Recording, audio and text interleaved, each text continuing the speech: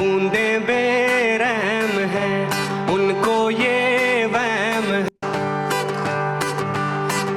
एक कच्चा घड़ा हूँ मैं, एक कच्चा घड़ा हूँ मैं, फिर भी बरसात में खड़ा हूँ मैं। बूंदे बेरहम है, उनको ये वहम है कि मैं टूटे रहा हूँ, जो मैं चीख रहा हूँ, पर वो बेवकूफ है, मैं तो सीख रहा हूँ। ऐसे पहले भी लड़ा हूँ मैं, एक कच्चा घड़ा हूँ मैं। कि एक तो राहों में बबूल बहुत हैं और उसके ऊपर से अपने उसूल बहुत हैं।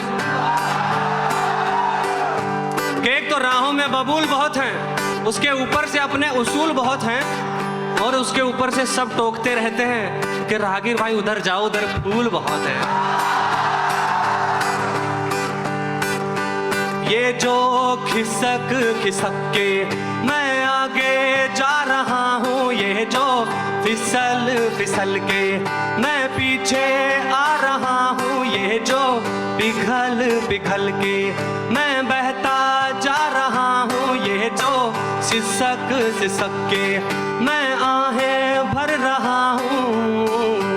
नीचे हैं खाइयाँ और मैं कांप रहा हूँ, पर जिंदा हूँ अभी अभी हाँफ रहा हूँ। ऐसे पहले भी चढ़ा हूँ मैं, एक कच्चा घड़ा हूँ मैं।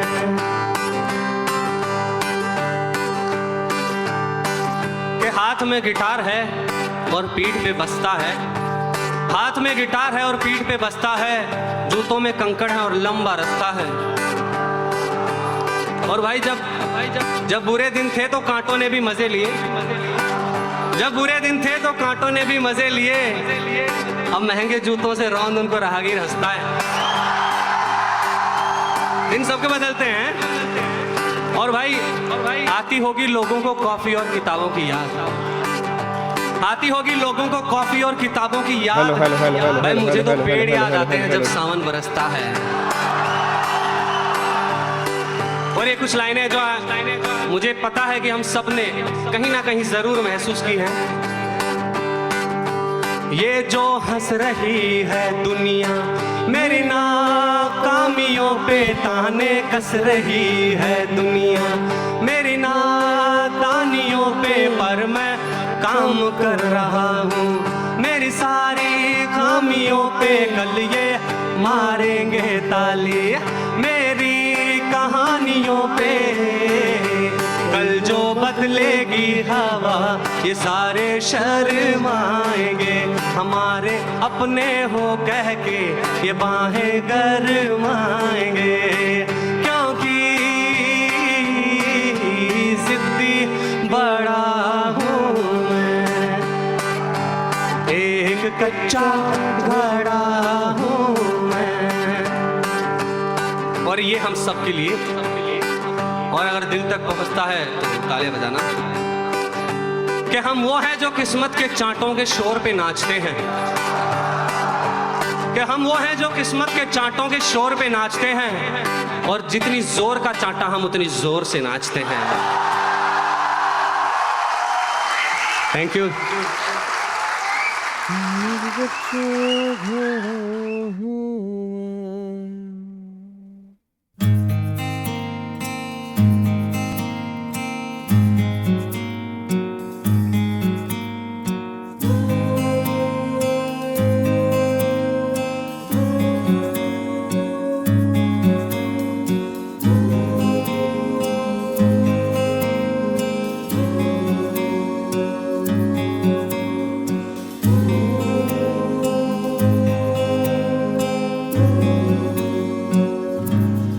मत कर माया को अहंकार, मत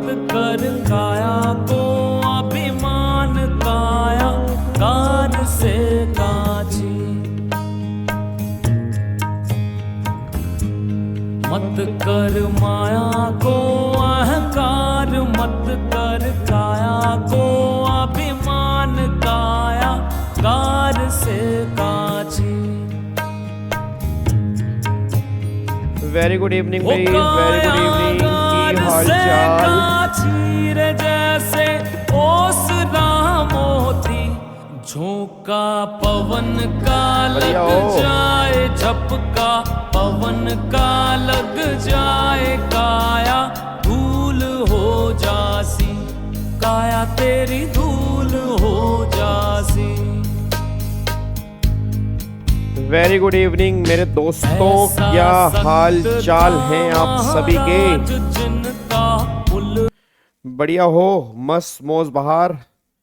वेरी गुड इवनिंग मुस्कान, राधे राधे, सत श्री अकाल, अस्सलाम वालेकुम, हर हर महादेव, जय माता दी। क्या हाल चाल हैं तुम्हारे मेरे नालायकों? हाँ जी, good evening Srishti, good evening Seema, good evening Swati, good evening ma'am, good evening Muskan, good evening Shivani, good evening ji. क्या हाल चाल हैं आप सभी के? बढ़िया हो जी, मस्त मौज बहार, जिंदगी बढ़िया चल रही है आपकी? चलो तो आपको मैं पहले शुरुआत ही अच्छी न्यूज़ से कर देता हूँ, ठीक है ना। तुम प्रोफेशनल वाले बच्चे हो, कुछ ही घंटों के बाद अब तुम सीएस बनने वाले हो। तो आज की क्लास, आज हमारी क्लास नंबर आईबीसी की revision class number I think 43 है। तो आज की क्लास की शुरुआत बहुत अच्छी न्यूज़ से कर देता हूँ कि फाइनली जो मैंने कहा था ना आईबीसी की मैं केस लॉ की बुक तैयार कर रहा हूँ, तो वो केस लॉ की बुक मेरी ऑलमोस्ट वैसे तैयार हो चुकी है। तो आपको एक बार मैं दिखा देता हूँ, ये चैप्टर वाइज यहाँ पर सारे के सारे केस लॉज आपको देखने को मिल जाएंगे और बहुत कंसाइज फॉर्म के अंदर मैंने बनाई है, ठीक है ना। वैसे तो ये केस लॉ बहुत बड़े बड़े हैं, बट ऑब्वियस सी बात है, इतने बड़े बड़े केस लॉ आप लास्ट तक याद नहीं कर सकते। तो इस केस में क्या डिसाइड हुआ था, तो वो कोशिश की है यहां पर, और टोटल 36 पेज के अंदर आपके पूरे आईबीसी के केस लॉज मैक्सिमम सारे यहां पे कवर हो चुके हैं, जो भी बहुत इंपॉर्टेंट वाले। अगर कुछ एक आधा केस लॉ पेंडिंग होगा तो बात एक वो अलग है, बट जितने भी इंपॉर्टेंट केस लॉ थे जो मुझे लगता है कि तुम्हारे एग्जाम के अंदर आ सकते हैं, वो सारे के सारे यहां पे हो चुके हैं जी, ठीक है। वो सारे के सारे यहां पे हो चुके हैं, और ये बुक मैं कल टेलीग्राम चैनल पे भी डाल दूंगा, और कल अपने आईबीसी वाला जो हमारा ग्रुप है उसमें भी डाल दूंगा। और जिन बच्चों ने आईबीसी वाला ग्रुप नहीं ज्वाइन किया हुआ, इस वीडियो के डिस्क्रिप्शन में उसका लिंक डाल दूंगा, वहां से आप उस ग्रुप को ज्वाइन कर लेना। उसके अंदर मैं सारे के सारे जो पीडीएफ हैं यहाँ पे डाल दूंगा, ठीक है। इसके अंदर मैंने कोशिश की है सारे के सारे केस लो यहाँ पे कवर हो जाएं। अच्छा, अब ये जो इसका ना मैं इंडेक्स अभी बनाऊंगा, आज रात को इसका इंडेक्स बनाऊंगा। अब जो सीआर वाले में आईबीसी है 40 नंबर का, तो आप ये मान के चलना कि पहले 7-8 चैप्टर तो वो हैं, तो मतलब सीआर का जो आईबीसी है ना उसके आप मान लो कि 20 पेजेस होंगे, मतलब 20 या 22 पेजेस होंगे, और बाकी जो भी केस लॉज होंगे वो इलेक्टिव वाले आईबीसी के होंगे। तो एक बार ना बस वो आपको देखना पड़ेगा, या मैं आपको बता दूंगा ग्रुप के अंदर ही कि पहले कितने चैप्टर सीआर के अंदर हैं। तो जो बच्चे सीआर वाले आईबीसी पढ़ना चाह रहे हैं तो अकॉर्डिंगली उसके अकॉर्डिंग देख लेना, और जिन्होंने इलेक्टिव वाला आईबीसी है तो फिर तो उनको सारा ही पढ़ना है, ठीक है ना। फिर तो उनको सारा ही पढ़ना है, फिर तो ये सारी की सारी बुक आपके काम की होगी, बस ये पर ध्यान दो, ठीक है। अच्छा, आपको मैंने यहाँ पे नहीं दिख रहा ना, एक मिनट रुको, मैं आपको दिखाई देता हूँ। ये लो जी, अब अगर आपको यहाँ पे दिख रहा हो, ये देखो जी, आपको दिख रही है यहाँ पर बुक जी, ये देखो जी, ठीक है ना। ये सारी की सारी बुक आपकी तैयार हो चुकी है, ठीक है ना। ये आपकी सारी बुक तैयार हो चुकी है, तो इसके अंदर सारे के सारे केस लॉज यहाँ पे मैंने कंसाइज किए हैं। अच्छा, पहले आपको मैंने समरी बुक दे दी थी आईबीसी की, समरी बुक आपको सबको मिल चुकी है ना। जो इलेक्टिव वाला आईबीसी था टोटल 250 पेज के अंदर मैंने कंसाइज किया था, सीआर वाला आईबीसी 150 पेज के अंदर कंसाइज किया था मैंने। अब मैं सारे केस लो आपको देने जा रहा हूं आईबीसी के, ये सारे के सारे केस लो मैंने इस 36 पेज के अंदर कंसाइज कर रखे हैं, ठीक है। क्या आपको बात समझ में आ रही है? तो इसको आप आराम से डाउनलोड करके प्रिंट आउट भी निकाल सकते हो। अच्छा, वैसे ही ना केस तो हम सारे क्लास में कर चुके हैं, मतलब इसमें तुम्हें ऐसा बहुत कम केस लो कोई देखने को मिलेगा जो शायद हमने ना किया हो, ऑलमोस्ट केस लो हम क्लास में कर चुके हैं, ठीक है। बट लास्ट टाइम के लिए, अच्छा फिर कमाल की बात क्या है, ये तुम एग्जाम के अंदर भी लेके जा सकते हो, क्योंकि एग्जाम में तो अलाउड है ना ओपन बुक में, तो उसका पीडीएफ जो है आप एग्जाम के अंदर भी लेके जा सकते हो आराम से। अगर मान लो तुम्हारे एग्जाम में कोई केस लो बन गया और कुदरती तुमने यहां से देख लिया, फिर तो काम बल्ले बल्ले हो जाएगा जी, ठीक है। और एक बार फटाफट से आप गो थ्रू भी कर सकते हो जी। तो ये गुड न्यूज़ मुझे आपको देनी थी। अब अब मैं कोशिश करता हूं कि आपको सीआर के भी कुछ इंपॉर्टेंट केसलों का पीडीएफ आपको आपके एग्जाम से पहले बना के दे दूं, क्योंकि कुछ बच्चों को सीआर के केसलों में दिक्कत आ रही थी। मैं कमिटमेंट नहीं कर रहा उसकी, तो उसके लिए मैं कोशिश करता हूं मैं काम करूं, जल्दी से जल्दी आपको दे दूं, बट कमिटमेंट नहीं है। बट आईबीसी की मैंने आपसे कमिटमेंट की थी समरी बुक की, समरी बुक आपको मैंने दे दी। फिर मैंने कमिटमेंट की थी केस लो की, केस लो की बुक भी आपके पास कल आ जाएगी, तो आप इसमें चैप्टर वाइज सारे के सारे केस लो आराम से देख सकते हैं जी। ठीक है, चलो थैंक यू सो मच जी, थैंक यू जी, थैंक यू सो मच, आपका बहुत बहुत धन्यवाद इतना साथ देने के लिए मेरा। अच्छा, अब आज हमें क्या करना है, सुनो ध्यान से। एक तो ये कल हमने 10 केस लो कर लिए थे ना, कल हमने 10 केस लो कर लिए थे जो सप्लीमेंट के अंदर, इस बार जो इंस्टीट्यूट ने सप्लीमेंट इशू किया उसके अंदर 10 केस लो हमने कर लिए थे। अब 11, 12, 13, 14, 15 जो 5 केस लो हैं, एक तो वो हमारे बैलेंस है। उसके बाद फिर आपको मैंने कहा था सेक्शन 60, 61, 62 बिल्कुल बेसिक सा सेक्शन है, ठीक है। और ये सेक्शन जो है इलेक्टिव के अंदर है, तो जिनका सीआर वाला आईबीसी है ना, बस उनको ये 5 केस लो करने हैं, तो उनके सीआर वाला आईबीसी खत्म हो जाएगा। उसके बाद जो ये वाला मैं कराऊंगा ये सिर्फ इलेक्टिव में कवर है, ये आपके सीआर वाला आईबीसी में कवर नहीं है, ठीक है। हाँ, एक टॉपिक मेरा बैलेंस बचेगा फास्टैग सीआईआरपी वाला, ठीक है, जिसके ऊपर मेरी 1-1.5 घंटे की क्लास लगेगी, फास्टैग सीआरपी। तो मेरे ख्याल से वो सीआर के अंदर भी है और आईबीसी के अंदर भी है, तो होपफुली कल वाली क्लास में वो भी खत्म करवा के आपका वो टॉपिक भी खत्म हो जाएगा जी, ठीक है। और एक मैराथन आपको मैंने शेयर कर दी थी 9 घंटे की, जिसमें part number 3, part number 4 and part number 5 है, तो आई होप वो मैराथन आप देख लोगे, तो पूरा 140 नंबर का आईबीसी आपका बहुत बढ़िया तरीके से मैंने कोशिश की आपको रिवाइज कराने की, होपफुली आपको इससे फायदा बहुत हुआ होगा जी, ठीक है, जिन्होंने भी स्टार्टिंग से देखी है क्लासेस, ठीक है। चलो अब एक बार फटाफट से यहां पे आ जाओ जी, ठीक है, एक बार फटाफट से अब यहाँ पे आ जाओ, इधर देखो ध्यान से, इधर देखो। अब एक बार फटाफट से यहाँ पे आओ, अब यहाँ पे पहले वो 4-5 केस लो जो हैं वो एक बार वो देख लेते हैं जी। 4-5 केस लो जो हैं एक बार वो देख लेते हैं, 4-5 केस लो कौन कौन से हैं। पहले यहाँ पर केस लो नंबर 11 देखना कौन सा जी, केस लो नंबर 11 है जेपी, हाँ जी जेपी कैनिस्टन केस यहाँ पे आपको दिया हुआ है। अब ये क्या कह रहा है, सुप्रीम कोर्ट की जजमेंट यहाँ पे है जी। अब सुप्रीम कोर्ट की जजमेंट क्या निकल के आ रही है, कह रहा है NCLT can not interfere with COC commercial decision. ये तो हम बहुत ही बार पढ़ चुके हैं, ये हम एक बार नहीं पढ़ रहे, मल्टीपल टाइम पढ़ चुके हैं कि एनसीएलटी सीओसी की कमर्शियल विजडम में उंगली नहीं कर सकता। कह रहे हैं approval of resolution plan is mainly the job of COC, NCLT role is very limited. It must only check whether the plan follow IBC rule. It cannot change commercial terms such as payment amounts, priority or treatment of creditors. फिर NCLT और NCLAT cannot use their own judgments or numbers. Court cannot compare offer, do financial calculation or say one plan is better. All decision ये कौन लेगा, ये सारे के सारे COC लेगा, NCLT नहीं लेगा। COC can vote on multiple plan at the same time. There is no bar on considering more than one resolution plan simultaneously. COC can vote on multiple plan and choose whichever get the required approval. जो उसको अच्छा लगता है वो plan वो approve कर लेगा। COC commercial wisdom is supreme, COC की कमर्शियल विजडम जो है वो सुप्रीम है। NCLT और NCLAT can not modify the business decision of COC nor can they restrict COC from voting on multiple plan at once. ये हमारी judgement है, हो सकता है आपके एग्जाम में इसमें से भी क्वेश्चन बन सकता है, बस ये पर ध्यान दो, ठीक है। उसके बाद फिर अगला केस यहाँ पे है ललित कुमार जैन का जी। अब ललित कुमार जैन का केस क्या कहता है, यहां पर भी सुप्रीम कोर्ट की जजमेंट है जी। अब सुप्रीम कोर्ट की जजमेंट क्या कह रही है, notification for personal guarantor is valid. The government issue 2019 notification applying the IBC provision specifically to personal guarantor of corporate debtor. Supreme court said the notification is valid and legal. Obvious सी बात है, ये point तो हम starting में भी कर चुके हैं। अच्छा, ये जजमेंट ना तब की है जब ये प्रोविजन आया नहीं था, बट अब तो ये प्रोविजन बन ही चुका है। अब तो पर्सनल गारंटर की डेफिनेशन भी लिखी जा चुकी है, पर्सनल गारंटर के केसेस सेम एनसीएलटी के पास जाएंगे, ये भी एक्ट में लिखा जा चुका है। तो सुप्रीम कोर्ट ने बोला जो नोटिफिकेशन उस टाइम पर आई थी पर्सनल गारंटर के रिगार्डिंग वो बिल्कुल सही थी, उसमें कुछ गलत नहीं था। Approval of A resolution plan does not automatically release personal guarantor even if the company goes through CRP and resolution plan is approved, the personal guarantor is still liable। ये पॉइंट हमने पहले भी डिस्कस किया था कि personal guarantor अपनी liability से discharge नहीं होता, ये बात ध्यान दो, पर्सनल गारंटर जो अपनी लाइबिलिटी से डिस्चार्ज नहीं होता। फिर his or her guarantee does not get cancelled just because the company resolution plan is approved. Guarantor liability depend on the guarantee contract. Whether the guarantor must pay full or partially depend on the terms of the guarantee agreement, not on the CRP outcome। अब essence क्या है, personal guarantor remain liable even after approval of resolution plan, there liability continue unless the guarantee contact itself से otherwise. मतलब personal guarantor की liability रहेगी चाहे resolution plan approve हो जाए।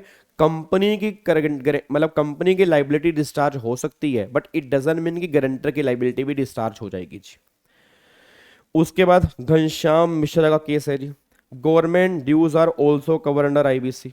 गवर्नमेंट ड्यूज तो ऑपरेशनल डेट वाली कैटेगरी में कवर हो जाते हैं ना, याद करो, टैक्सीज हो गया, ड्यूटीज हो गया, म्युनिसिपल टैक्स हो गया, ये तो सारे के सारे ऑपरेशनल डेट वाली कैटेगरी में कवर हो ही जाते हैं। देखो यहाँ पर क्या लिखा है, द सुप्रीम कोर्ट कह रहा है, supreme court said that government department central state municipal are also creditor under IBC, so their tax dues statutory dues penalty etcetera must follow the resolution plan. No new claim after approval of resolution plan. जब कोई resolution plan approve हो गया उसके बाद हम कोई claim यहाँ पे रिसीव नहीं कर सकते। Once the resolution plan is approve by NCLT, all claim included in the plan become final and frozen. Any claim not included in the plan gets cancelled or extinguished.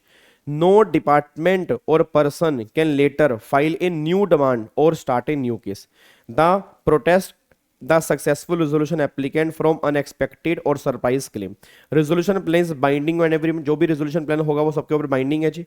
And approved resolution plan is binding on corporate debtor, employee, creditor, government, other stakeholder.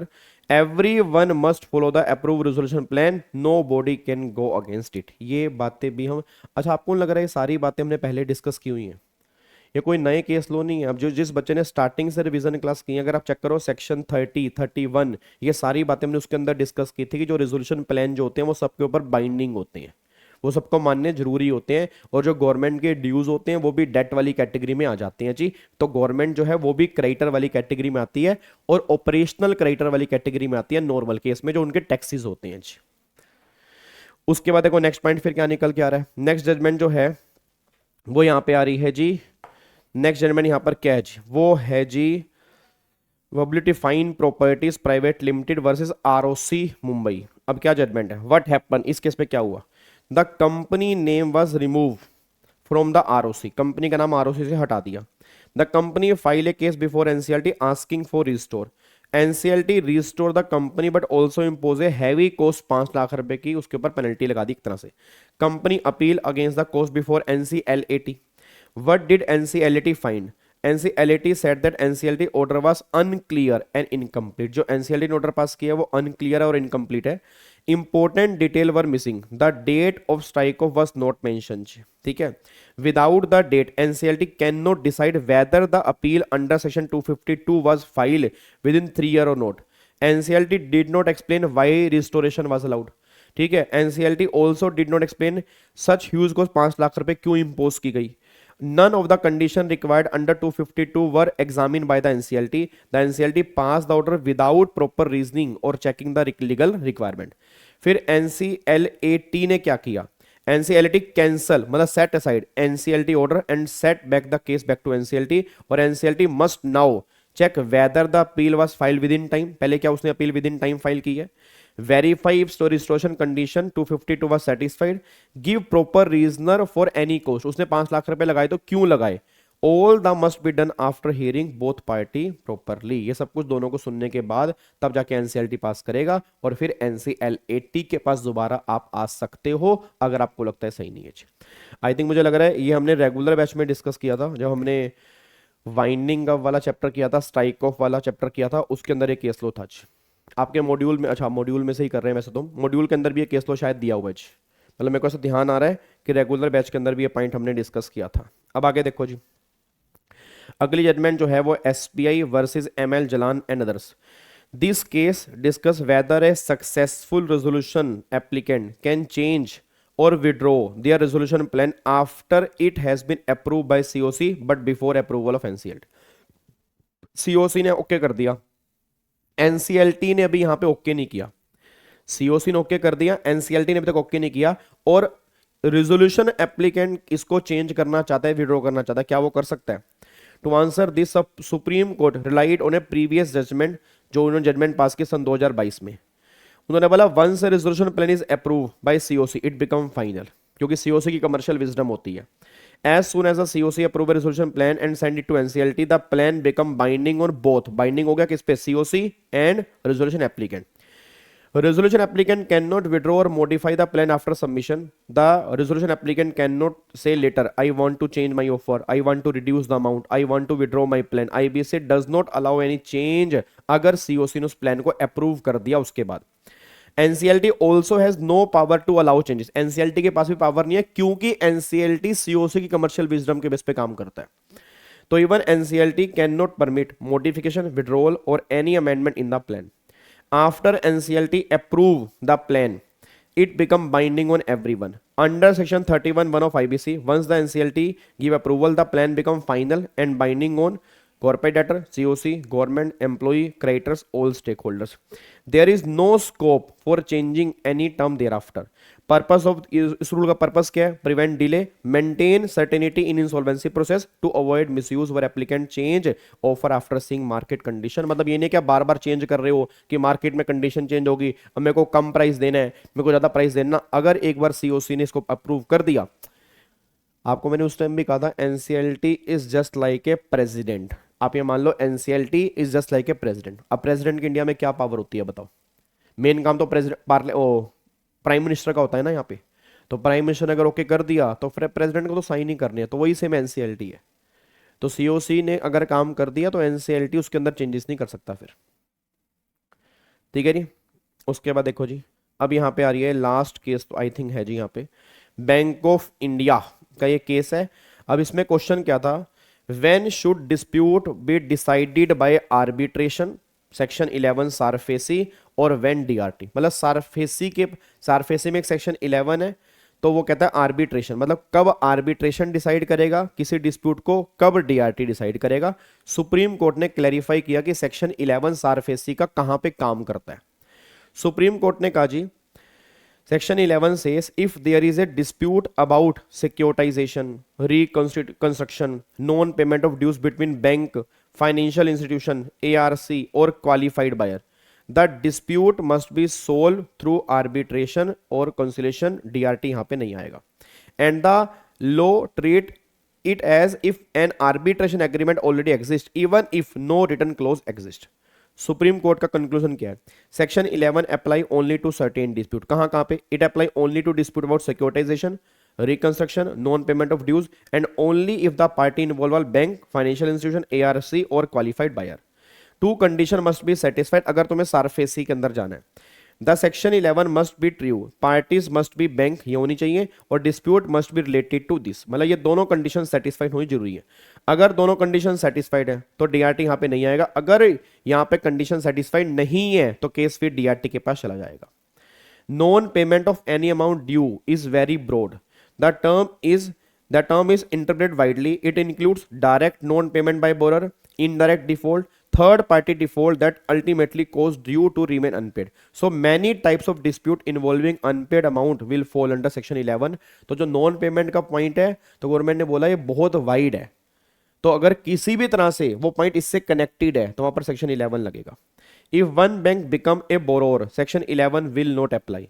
If a bank or ARC take a loan from another bank and become a borrower, then relationship between lender versus borrower, such dispute are not covered under section 11. फिर उस case में क्या आएगा? DRT, because even bank can be borrower under section 2F. No written arbitration agreement needed. इसमें कोई written agreement हो या ना हो ये मैटर नहीं करता. वो दो कंडीशन सेटिस्फाइड होनी जरूरी है अगर आपको सारफेसी के सेक्शन 11 आर्बिट्रेशन में जाना है. Section 11 mandatory. Shall means parties cannot be avoid arbitration. They cannot go to DRT or civil court if section 11 apply. section 11 follow करना ही पड़ेगा अगर वो दो कंडीशन सेटिस्फाइड हो जाती हैं. नहीं तो फिर तुम DRT के पास या सिविल कोर्ट के पास भी जा सकते हो. तो ये हमारे केस लॉज हैं. तो अब जाके 15, आई थिंक 15 नहीं 16 केस लो टोटल मैंने काउंट किए हैं. 16 केस लो हैं जो इस बार के सप्लीमेंट में दी हैं.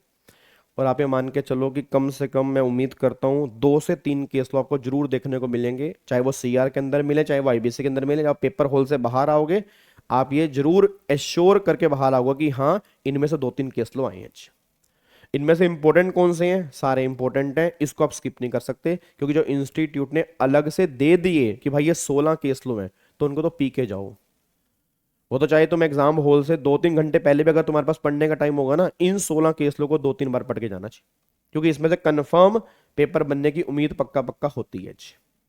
ठीक है, तो अब जाके पॉइंट्स हमारा यहाँ पे खत्म हो जाता है जी। ये जो उन्होंने केस लो दिए थे वो सारे हमने यहाँ पे कंप्लीट कर लिए। अब एक बार यहाँ पे आ जाओ जी। अच्छा, आपको मैंने बता दिया ये केस लो की बुक का, तो केस लो की बुक फिर मैं कल आपको प्रोवाइड कर दूंगा। ठीक है, अब यहाँ पे आ जाओ। अब ये टॉपिक है adjudicating authority and appeal for corporate person. अब जिनके इलेक्टिव में आईबीसी है वो अब यहाँ पे रुक सकते हैं। जिन्होंने इलेक्टिव में आईबीसी नहीं लिया, आई थिंक 1-2 बच्चे यहाँ पे थे, तो वो यहाँ से अब जा सकते हैं। ठीक है ना, क्योंकि अब ये पोर्शन जो है वो इलेक्टिव के अंदर है, ये ओपन बुक पेपर के अंदर है, सीआर में नहीं है जी। अब इसमें यहाँ पे बिल्कुल बेसिक बेसिक बातें हैं, मतलब इस चैप्टर का ना कंक्लूजन मैं तुम्हें बता रहा हूँ, एक बार कंक्लूजन समझ लो इस चैप्टर का कंक्लूजन क्या है। देखो मोटा मोटी इसमें 3 सेक्शन कवर है। वैसे तो सेक्शन इसमें 61, 62, 60, 61, 62 के अलावा और भी हैं, 63 भी है, 64 भी है, 65 भी है, बट मेजरली 3 सेक्शन हमारे एग्जाम के काम के हैं, 60, 61 और 62, जिनमें से एग्जाम में केस स्टडी बन सकती है। 60 क्या कहता है? 60 है adjudicating authority for corporate person, कि जो कॉर्पोरेट पर्सन है, जैसे आपको मैं दिखाता हूं, ये चैप्टर हमारा है ना, ये चैप्टर हमारा है चैप्टर नंबर 7, तो मेरे ख्याल से यहाँ पे चैप्टर नंबर 7 जो है आपको दिखाता हूँ मैं, इसमें चैप्टर नंबर 7 के केस तो यहाँ पे दिए होंगे, ये देखो जी। अब ये चैप्टर नंबर 7 के यहाँ पर ये केस लो दिए हुए हैं। ठीक है, ये चैप्टर नंबर 7 के यहाँ पे केस लो दिए हुए हैं, जो ये चैप्टर नंबर 7 से रिलेटेड है, तो इसको मैंने अलग से यहाँ पे डाल दिया। ठीक है ना, ये सारे केस लो जो हैं ये चैप्टर नंबर 7 से रिलेटेड ही है। ठीक है, तो अब यहाँ पे एक बार वापिस आते हैं जी। अब यहाँ पर एक बार वापिस आते हैं। अब यहाँ पर पहले समझो ये चैप्टर का क्रक्स क्या है जी। चैप्टर का क्रक्स क्या है, जैसे अब देखो ये वाला केस लो है ना, देखो ये वाला केस लो है, तो आपको दिखाता हूँ। देखो ये वाला केस लो यहाँ पे आ गया, ठीक है ना, ये वाला केस लो यहाँ पे आ गया, ऐसे अब अगला केस लो यहाँ पर ये आ गया, तो ये आ गया। तो मतलब मैंने कोशिश की है सारे केस लो को कंपाइल करके आपको देने की, ताकि आपको ढूंढने ना पड़े कहाँ कहाँ केस लो हैं। अब ये समझो ध्यान से, पहले ये है क्या। अब ये केस लो जो है ये सेक्शन 60 से रिलेटेड है। पहले समझो सेक्शन 60 क्या है। सेक्शन 60 बेसिक सी बात बोलता है कि जो कॉर्पोरेट पर्सन है, अच्छा याद है कॉर्पोरेट पर्सन में कौन आते हैं? कॉर्पोरेट पर्सन में कॉर्पोरेट डेटर भी आते हैं। कॉर्पोरेट डेटर भी एक कॉर्पोरेट पर्सन ही है।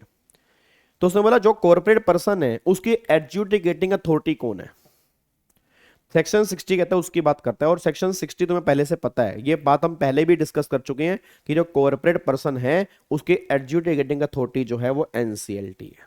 कौन है जी? एनसीएलटी। फिर टाइम टू टाइम यहाँ पे इसमें कुछ केस आए जी, टाइम टू टाइम यहाँ पर केस लो आए कि अगर एनसीएलटी है तो एनसीएलटी कौन सी है। तो भैया सिंपल सी बात है, जहां पर कंपनी रजिस्टर्ड है वो एनसीएलटी है, इसके लिए केस आया। अगर आप चेक करोगे पहला केस जो है ऑलमोस्ट इसी की बात करेगा कि भैया मतलब उस बंदे ने अलग ब्रांच में एनसीएलटी की केस दाखिल कर दिया तो रिजेक्ट हो गया। उनको बोला सेम ब्रांच, मतलब जहां पर पहले केस चल रहा है उसी सेम ब्रांच में केस आना चाहिए, क्योंकि एनसीएलटी एक बंदे के अलग अलग केसेस नहीं देखेगी। अगर मान लो इस ब्रांच में चल रहा है, अगर मान लो अपील फाइल कर दी मान लो देहरादून एनसीएलटी में, तो सारे रिलेटेड केसेस होंगे वो देहरादून एनसीएलटी के पास चलेंगे। तो एनसीएलटी कौन सी? जहां पे कंपनी रजिस्टर्ड है। फिर पर्सनल गारंटर, इससे रिलेटेड भी केस लो यहां पे है जी। पर्सनल गारंटर से रिलेटेड भी केस कहां जाएंगे? एनसीएलटी के पास जाएंगे। कौन सी एनसीएलटी के पास जाएंगे? सेम एनसीएलटी के पास जाएंगे जहां कॉर्पोरेट डेटर के केसेस चल रहे हैं। भाई जहां पर कॉर्पोरेट डेटर के केसेस चल रहे हैं उसी सेम एनसीएलटी के पास जो है पर्सनल गारंटर के भी केसेस जाएंगे जी। ये बात भी यहां पर अगर आप चेक करोगे इन केस लो के अंदर लिखी हुई है जी। ठीक है, उसके बाद यहां पर आपको दिखाता हूं, देखो जी यहां पर उसने वही लिखा है कि एक केस तो यहां पे दिया हुआ था कि financial creditor file section 7 of IBC to start CRP against the corporate debtor but the corporate debtor told NCLT we are trying to settle the. अच्छा अब यहां पर एक केस में ये है, अब मैटर मतलब एप्लीकेशन डाल दी बट उसने एडमिट करने से पहले बोला कि एडमिट मत करना, हम सेटल करना चाहते हैं। तो याद है एप्लीकेशन विड्रॉ हो सकती है, एडमिट से पहले भी विड्रॉ हो सकती है। याद करो सेक्शन नंबर 12A, एप्लीकेशन पहले भी तो विड्रॉ हो सकती है, और एनसीएलटी कह सकता है कि ठीक है अगर तुम सेटलमेंट करना चाहते हो तो हम तुम इतना टाइम दे रहे हैं, तुम सेटलमेंट कर लो, कोई दिक्कत वाली बात नहीं है। देखो वही बात लिखी है। तो एनसीएलटी ने बोला you are trying to settle the creditors and debtor must try for settlement come back after 3 month. उसे 3 महीने का टाइम दे दिया। They did not check whether default actually happen and also did not decide whether to admit or reject. ठीक है, वो कुछ नहीं करेंगे। अब what was wrong with NCLT approach? The Supreme Court said approach was completely wrong. Why? Because under IBC 7.5 says section 7 application is filed, the NCLT must do only two, या तो admit या reject. There is no third option. NCLT cannot force the party to settle. NCLT cannot postpone the matter for month. NCLT job is only to check whether default has happened. If default proven, CRP must be admitted. Settlement is voluntarily not compulsory. यहाँ मतलब NCLT bound नहीं कर सकता, वो तो सामने वाले की मर्जी है कि भैया अगर सेटलमेंट करनी है तो वो अपनी एप्लीकेशन विड्रॉ कर ले 12 के अंदर।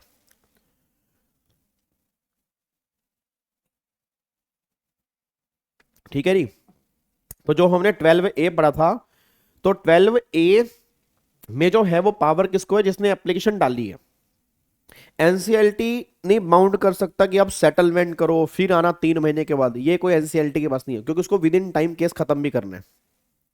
Supreme court final decision, NCLT has only 2 power under section 7, या तो accept or react, nothing else. NCLT can not force settlement between creditor and debtor if financial creditor prove a financial debt exist, there is default. NCLT को एडमिट करना पड़ेगा। If the insolvency process of corporate debtor is going to NCLT, then all application relating to this corporate guarantor or personal guarantor must also be filed with NCLT. ये बात मैंने आपको बताई थी। फिर एक यहाँ पर एक ये केस लो आया जी। ये केस क्या है? If CIRP of corporate debtor is already going to NCLT, then insolvency cases of personal guarantor वो भी कहाँ जाएंगे? NCLT। ये पॉइंट अभी हमने डिस्कस किया कि अगर मान लो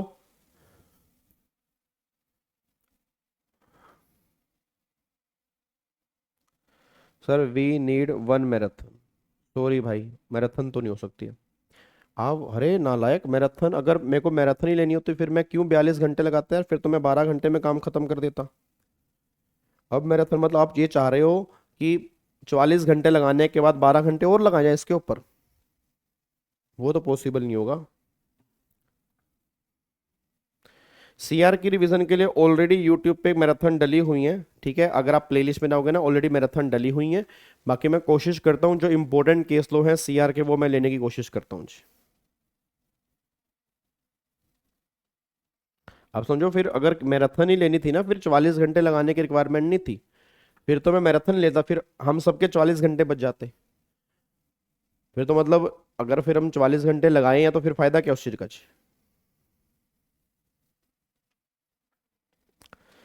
अब यहाँ पे देखो, moratorium under IBC section 14 apply only to the corporate debtor not to personal guarantor. अब ये पॉइंट हमने पहले भी तो पढ़ा था कि जो मोरिटोरियम है वो कॉर्पोरेट डेटर पे लगता है, पर्सनल गारंटर पे नहीं लगता है।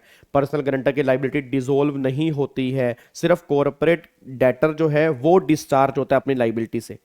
देखो, if any insolvency case of the guarantor is already going on in any other court, it must be transfer to the same NCLT where the corporate debtor CRP taking place. वही same बात यहाँ पे लिखी है। अब आगे what are the court set. अब यहाँ पे जजमेंट है संजीव श्रिया इलाहाबाद हाई कोर्ट 6 सितंबर 17 की वगैरह। You can not run 2 separate insolvency cases for corporate debtor. अरे यार, वही सेम पॉइंट यहाँ पे लिखा हुआ है कि आप अलग अलग केसेस नहीं चला सकते। पर्सनल गारंटर का जो केस है वो सेम ही उसके पास आएगा, सेम एनसीएलटी के पास आएगा जहां पर कॉर्पोरेट डेटर का केस चल रहा है। ठीक है, अब यहाँ पे फिर एक जजमेंट है टीसीएस लिमिटेड वर्सेस विशाल घिसुअल जैन। ये क्या कह रहा है जी? कह रहा है एक contract with the corporate debtor was terminated and RP argue that the termination should be stopped because it affects CRP। Supreme court कहता है जी, सुप्रीम कोर्ट कहता है कि NCLT cannot interfere with termination of a contract if the termination is not linked to the insolvency of the corporate debtor। If the contract were terminated for normal reason, breach, non-performance, NCLT cannot stop it। NCLT power under 65 is limited। ये point तो हमने पहले भी discuss किया था section number 7 के अंदर जो NCLT की पावर है वो सिर्फ इंसॉल्वेंसी से रिलेटेड है। ये थोड़ा कि तुम्हारा तुम्हारा कोई कॉन्ट्रैक्ट टर्मिनेट हो गया और मैंने उसको रोक दिया कि क्यों टर्मिनेट किया, जबकि कोई इंसॉल्वेंसी से रिलेटेड भी नहीं है। अगर कोई कॉन्ट्रैक्ट इंसॉल्वेंसी से रिलेटेड है तभी मेरे पास पावर है उसको टर्मिनेट करने की, नहीं तो मेरे पास पावर टर्मिनेट करने की है ही नहीं है, बस ये बात ध्यान देना चाहिए। तो वही लिखा है, it can act only if a third party action is threatening CRP survival, NCLT or NCLT cannot rewrite contract between party, but if termination threat the existence of corporate data during CRP, NCLT may intervene। भाई अगर उसकी existence पे question आ रहा है कि हाँ भाई CRP होगी या नहीं होगी तो उसको इंटरवेन कर सकता है। अगर उसका कोई सीआरपी से लेना देना ही नहीं है तो फिर वो इंटरवेन नहीं कर पाएगा, बस ये पर ध्यान दो। उसके बाद जी अब एक जजमेंट है एनडीएमसी वर्सेस मिनोशा लिमिटेड। क्या कहते हैं जी, वेदर सेक्शन 66 मतलब 60 sub section 6 limited exclusion during moratorium allow the corporate debtor to file a new case after moratorium end. ये तो पॉइंट हमने पहले भी डिस्कस किया था कि जब मोरेटोरियम लग जाता है तो याद है वो लिमिटेशन का जो पीरियड है वो एक्सक्लूड हो जाता है, मतलब वो खत्म नहीं होता। जितने टाइम मोरेटोरियम लगा रहता है ना उतने टाइम को हम एक्सक्लूड करते हैं। फिर मोरेटोरियम खत्म होने के बाद आप दोबारा से अगर अपील करना चाहते हो उसके अगेंस्ट में कर सकते हो, वो तुम्हें टाइम मिलेगा। ऐसा नहीं है कि तुम्हारे पास नॉर्मल अपील का जो टाइम है वो खत्म हो जाएगा। मोरेटोरियम वाला टाइम जो है वो टाइम हम एक्सक्लूड कर देते हैं और फिर बाद में जब मोरेटोरियम खत्म हो जाता है तो फिर वहां पे तुम्हें अपील करने का टाइम मिल जाता है। वही बात यहाँ पे लिखी है जी, ठीक है नहीं, वही बात यहाँ पे लिखी है जी। ठीक है, ये हमारी जजमेंट यहाँ पर मैंने आपको करवा दी। उसके बाद यहाँ पे एक बार देखना, अब यहाँ पे अपील एंड अपीलेंट अथॉरिटी। अब अपील सेक्शन नंबर 61 देखो जी, अपील कहाँ पे करनी है, पहली अपील कहाँ जाती है, एनसीएलटी। कितने दिन में, 30 दिन में। अगर नहीं कर पाए तो 15 दिन का एक्सटेंशन और मिलता है। अच्छा किन मुद्दों पे अपील कर सकते हो, याद है पॉइंट हमने पहले भी डिस्कस किया था। अब तुम्हें याद कहाँ आएगा, भूल जाते हो ना तुम, भूल जाते हो। ये पॉइंट हमने डिस्कस किया था जब वहां पर कि जब अपील करते हैं तो किन किन मुद्दों पे करते हैं। ये मुद्दे हमने पहले भी डिस्कस कर रखे हैं, अगर आप चेक करोगे। देखो जी, approve resolution plan is contravene the provision of any law. अगर जो रेजोल्यूशन प्लान अप्रूव हुआ अगर उसने कॉन्ट्रावेन किया तो अपील कर देंगे। There has been material irregularity exercise the power of RP. थोड़ा थोड़ा तुम्हें याद आना स्टार्ट हो रहा होगा कि आरपी ने अपनी पावर को मिसयूज किया। इंसॉल्वेंसी रेजोल्यूशन प्रोसेस कॉस्ट को प्रोवाइड ही नहीं किया गया कि आप कब पेमेंट करोगे वाटरफॉल अरेंजमेंट के बेस पे। ऑपरेशनल क्रेडिटर को पेमेंट कैसे की जाएगी, कॉर्पोरेट डेटर के द्वारा, वो नहीं प्रोवाइड किया गया। Resolution plan does not comply with the criteria of IBBI. जो बोर्ड ने क्राइटेरिया बताया उसके अकॉर्डिंग रेजोल्यूशन प्लान कंप्लाई नहीं हो रहा, तो इन सब केस में अपील कर देंगे एनसीएलटी। कुछ 30 दिन के अंदर 15 दिन का एक्सटेंशन जो है वो आपको यहाँ पे और मिल जाएगा, ये बात ध्यान देना। 15 डेज का एक्सटेंशन जो है वो यहाँ पे और मिलेगा आपको।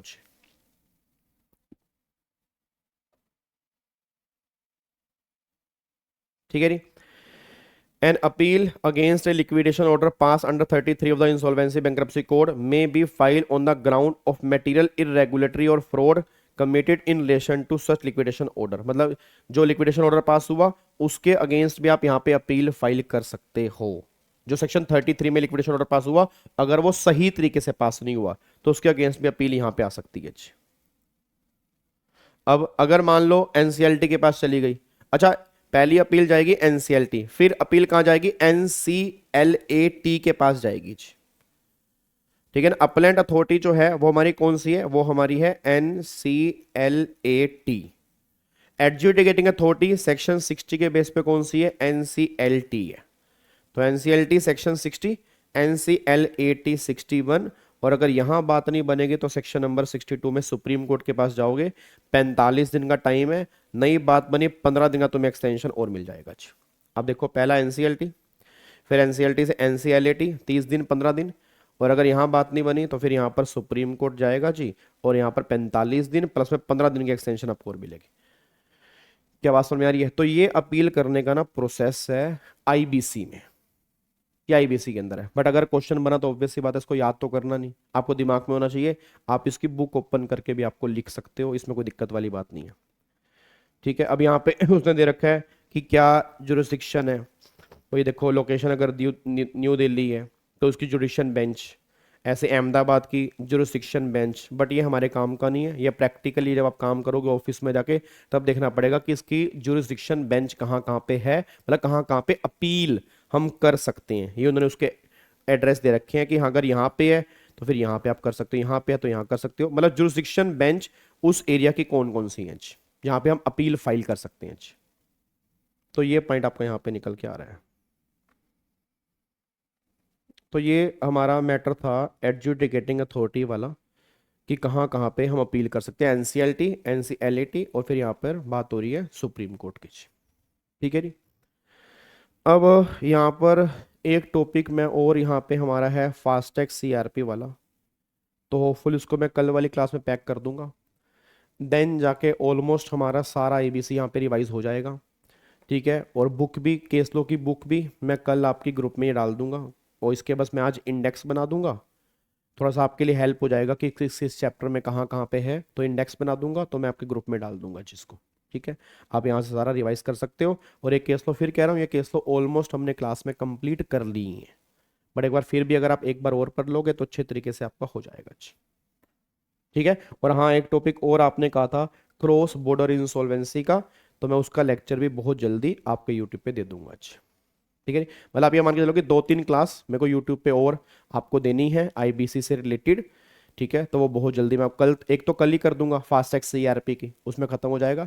बाकी जो 1-2 क्लास होंगी बहुत जल्दी मैं आपको यूट्यूब पे दे दूंगा। ठीक है, आप इसकी बहुत बढ़िया तरीके से तैयारी करो। आईबीसी में आपका बहुत बढ़िया नंबर आ सकते हैं, जो बच्चों के नहीं आते हैं आईबीसी में, बट आपके बहुत बढ़िया नंबर आ सकते हैं अगर आप सही तरीके से इन रिवीजन क्लास को फॉलो करोगे, और आप समरी बुक और अगर आप केस लॉ को अच्छे ढंग से पढ़ लोगे, तो मेरे को नहीं लगता इससे बाहर से पेपर कहीं से आएगा, क्योंकि जब आपने मॉड्यूल ही कर लिया तो इससे बाहर क्या ही बनेगा जी। अगर आपने मॉड्यूल ही पूरा कर लिया तो मॉड्यूल से बाहर बिल्कुल नहीं बनेगा, जो मैं आपको बता रहा हूं जी। ठीक है जी, चलो इसको फिर मैं कल आपको ग्रुप में डाल दूंगा। ठीक है, चलो ओके जी, बाय बाय, टाटा, थैंक यू सो मच, जय हिंद, God bless you, love you all, bye bye, take care, thank you so much, bye bye.